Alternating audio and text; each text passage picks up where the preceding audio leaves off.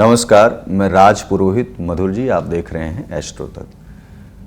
आपको बता दें कि इसी कार्तिक माह में अब ऐसे सुंदर और पवित्र व्रत अनुष्ठानों के अंतर्गत एक ऐसा व्रत अनुष्ठान आ रहा है, एक ऐसा दिन आ रहा है जो धन का वर्षा करने वाला है।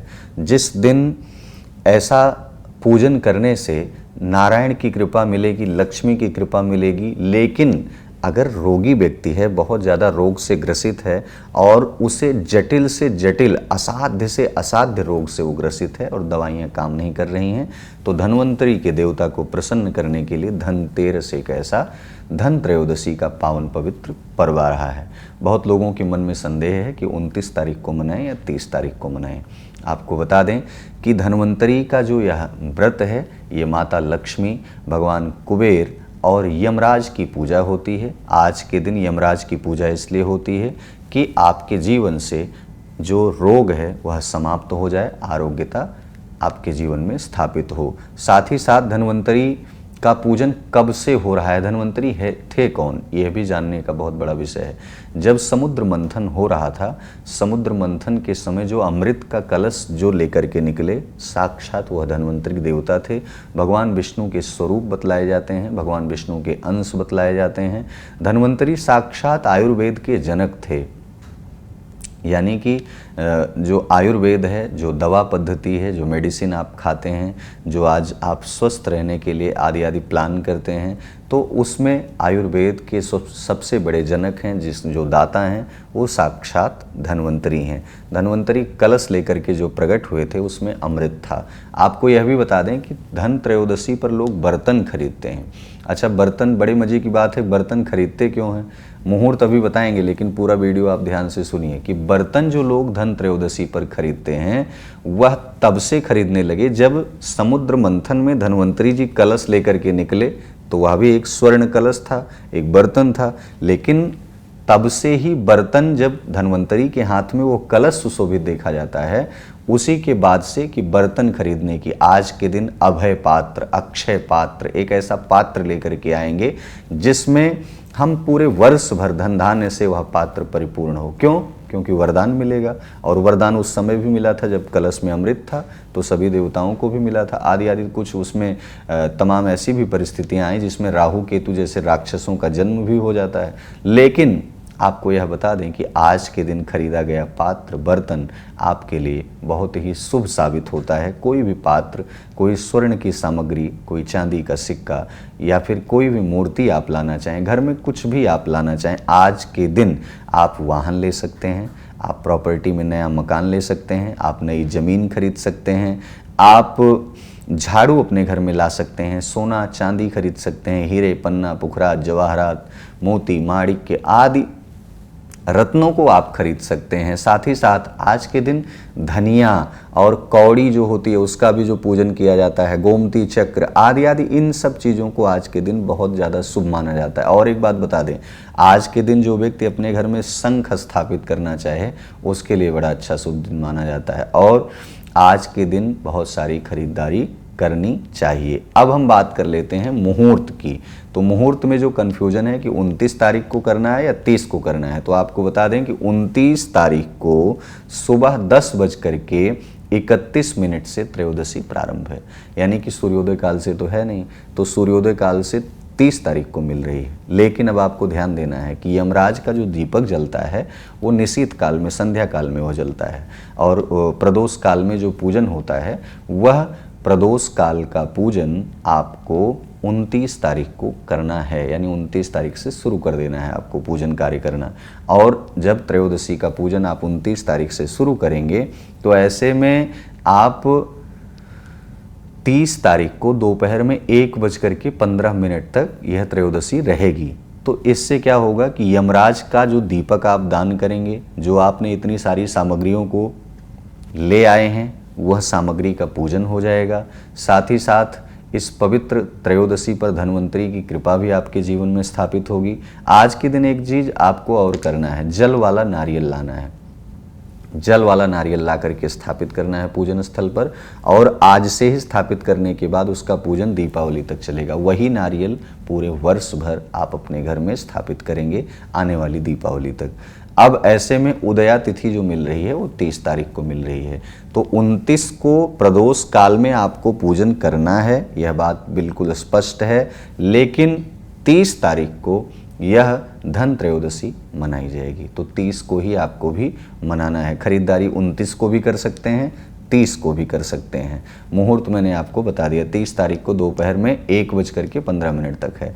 तो अब आपको बता दें कि 29 तारीख को जो शाम को पूजन का समय है, वह जो निशीथ काल, जो प्रदोष काल जो पूजन होता है, जिसमें आपको दीपदान करना है, जिसमें आपको देवताओं की पूजन करना है, जिसमें धन्वंतरी का पूजन करना है, जिसमें गणपति का पूजन, लक्ष्मी का पूजन, सरस्वती का पूजन आदि आदि जो करना है, 29 तारीख की शाम को आप सुंदर अपने घर को स्वच्छ पवित्र करने के बाद सायंकालीन बेला में जो मुहूर्त है, वह मुहूर्त है 6:31 से 8:31 तक।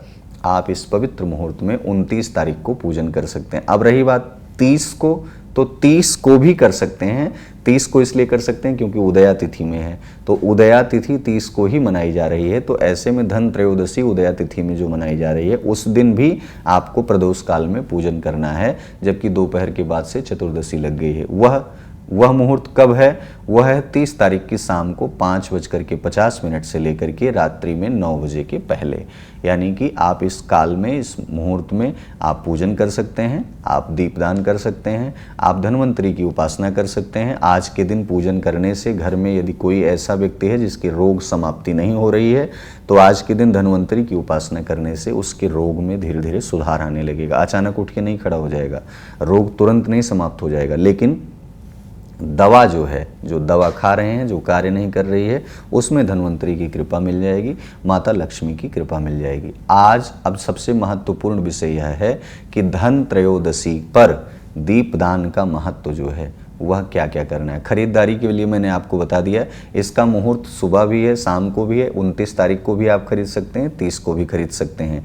चांदी का सिक्का आप अपने घर में ला सकते हैं, झाड़ू भी ले आएँ, गोमती चक्र आदि ले आएँ, कौड़ी आदि तमाम चीज़ें हैं जो आपको दुकानों पर भी उपलब्ध हैं, आदि आप कहीं दूर से भी मंगा सकते हैं। तो ऐसे में आप इन समस्त वस्तुओं को ला करके शाम के समय पूजन आपको करना है। अब आपको कैसे वस्त्रों को धारण करना है? वस्त्र आपके श्वेत भी हो सकते हैं, खास करके काले कलर से आपको बचना है। काला कलर वस्त्र पहन करके जब हम पूजन करते हैं, पूजन के समय तमाम प्रकार की आसुरी प्रवृत्तियां हमारे शरीर पर इफेक्ट डालने लगती हैं, क्योंकि तम अंधकार जो होता है वो काले कलर का होता है। तो शरीर पर यदि अंधकार रूपी जब वस्त्र धारण कर लेते हैं तो वो उसी तरीके से माहौल बनता चला जाता है। इसलिए आपको ब्लैक कपड़ों से थोड़ा बचना है। आप लाल, पीला, सफ़ेद, हरा, गुलाबी या फिर किसी भी कलर के वस्त्रों को पहने आप, लेकिन लाल खास करके काले कलर के वस्त्रों से आपको बचना है। अब आपको बता दें, जो दीपदान होता है, यह त्रयोदशी पर 13 दीपक जलाए जाएंगे। सरसों के तेल के दीपक, चौमुखी दीपक जलाए जाएंगे। पूजन स्थल पर घी का भी दीपक जलाया जाएगा। लेकिन जो 13 दीपक हैं वो कहाँ कहाँ रखे जाएंगे? 13 दीपकों में आप अपने घर में पूरी सजावट कर सकते हैं, घर के बाहर बाह्य कोण में आप पूरा सजावट कर सकते हैं। 13 दीपक एक ही स्थान पर लगा सकते हैं, लेकिन कुछ प्रमुख स्थान है वहाँ अवश्य रखना चाहिए। जैसे छत पर आप रख सकते हैं, जहाँ आपका नल है, जहाँ नल साफ स्वच्छ स्थान हो, वहाँ आप दीपक ले जा करके रख सकते हैं। आप जो है मेन गेट पर दोनों तरफ आप दीपक रखें। गेट से थोड़ी दूरी पर भी आप कोई गमला हो, जहाँ पर आपने कोई अच्छा सा पौधा लगा रखा हो, या मनी प्लांट जिसे कहते हैं, वहाँ भी आप सुंदर सा दीपक रख सकते हैं। घर के बाहर आप खूब अच्छे से साज सज्जा कर सकते हैं। रसोई घर में आप एक दीपक जला करके रखें। यदि कोई ऐसा जो है, ध्यान रहे, कोई वाहन अगर खड़ा हो तो वहाँ दीपक मत रखिएगा, जिससे आगजनी या कोई दिक्कत आ जाए। तो इसलिए आपको ऐसी जगहों पर दीपक या मोमबत्ती जलाने से बचना चाहिए। प्रयास करें कि दीपक जलाएं, मोमबत्ती नहीं। मोमबत्ती एक अलग सा एक ऑप्शन है, और ऑप्शन अपने जीवन में मत शामिल करिए। एक शुद्ध, एक प्राकृतिक आप जो है, जो शास्त्रीय मत है, आप उसे फॉलो करेंगे तो आपको लाभ होगा। तो ऐसे में रसोई घर आदि तमाम ऐसी पवित्र जगहों पर आप दीपक जला करके रख सकते हैं। इस धनतेरस पर नरक चतुर्दशी का प्रवेश भी हो जाएगा 30 तारीख को। तो आप 30 तारीख को जो दीपदान करेंगे वो यमराज के नाम से भी चौमुखी दीपदान करेंगे। प्रयास करिएगा कि आज के दिन जो दीपदान होगा, वह दीपदान किसी पीपल के पेड़ के नीचे भी रखा जाएगा चौमुखी दीपक जला करके। क्यों? क्योंकि घर में भूत प्रेत आदि पिशाचों की जो स्थितियां बनी रहती हैं, जो तमाम नकारात्मकताएं रहती हैं, जो तमाम अशुद्धियां रहती हैं शरीर में, मन में, वाणी में या किसी भी प्रकार से, उन सब का विकास नहीं हो पाएगा, विनाश की स्थिति में आएंगे, वो बंद हो जाएंगी चीज़ें, आपकी चीज़ें और अच्छे से डेवलप होंगी, आप शुद्ध वातावरण में चले जाएंगे, अच्छे जोन में चले जाएंगे। यही आपको करना है। धन त्रयोदशी की बहुत सारी आपके जीवन में शुभकामनाओं के लिए हम भगवान से कामना करते हैं। एस्ट्रो तक पर आप हमारे साथ बने रहिए, वीडियो आप सुनिए, देखिए, और यदि कोई बात समझ में नहीं आती तो कमेंट बॉक्स में अपना प्रश्न भी आप डाल सकते हैं। नमस्कार। अगर आप मुझसे जुड़ करके अपनी समस्याओं का समाधान चाहते हैं और चाहते हैं कि आपकी समस्याओं को ज्योतिष के माध्यम से सुलझाया जाए, तो आप हमसे संपर्क कर सकते हैं, जुड़ सकते हैं एस्ट्रो तक पर।